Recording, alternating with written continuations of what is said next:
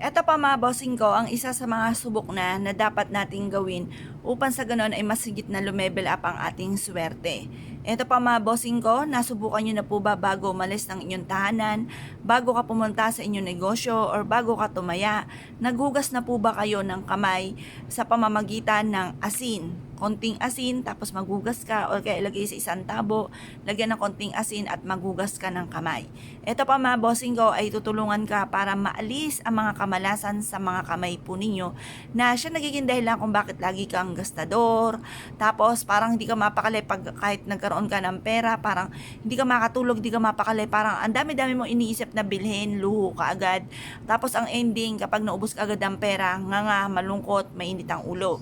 Ngayon, kung ikaw ay isa sa mga ganyan mga bossing ko, kasi ganyan din ako dati, at ako pa mga bossing ko ay parang di mapakali, ang dami kong iniisip na bilhin, sabik ako sa lahat ng bagay, kaya ang dami-dami kong gustong bilhin mga bossing, parang pag nagkaroon lang ng pera, isip ka agad kung paano ito uubusin, paano ito gagastusin.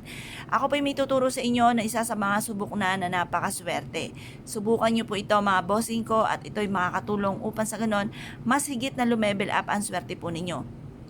Proven po ito na napakaswerte, basta't may 100% kang paniniwala sa mga gatong mga pamamaraan.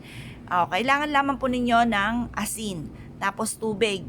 Ngayon, sa umaga nyo po ito gagawin bago pagka nakapaligo ka na at ikaw po ay papaalis na, bago ka umalis ng inyong tahanan, kayo po muna ay maghugas ng asin bago ka umalis. Mag-wish ka, yayaman ako at magiging matagumpay, magkakaroon ako ng napakaraming pera. Ganun ang mga pag-wish na walang gamit na sana, direct to the point. Mapapasin ninyo, iaadya kayo nito kung saan lagi kayo ay suswertihin. Mapapasin ninyo na kung dati-dati lagi kami na malas, eto naman instead na kamalasan ay puro swerte ang darating.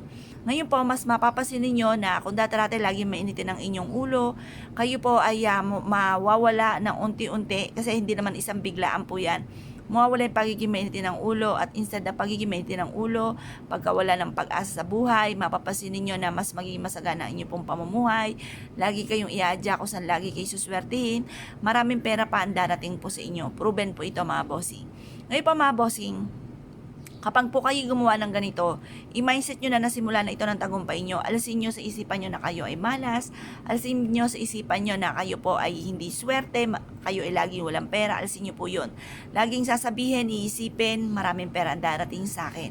At huwag nyo na ipagsasabi sa iba ang mga pangarap po ninyo. Ang madalas na hindi pagpapatupad sa ating mga pangarap, yung ba tipong nauudlot ang swerte dahil nasasabi nyo kaagad sa iba.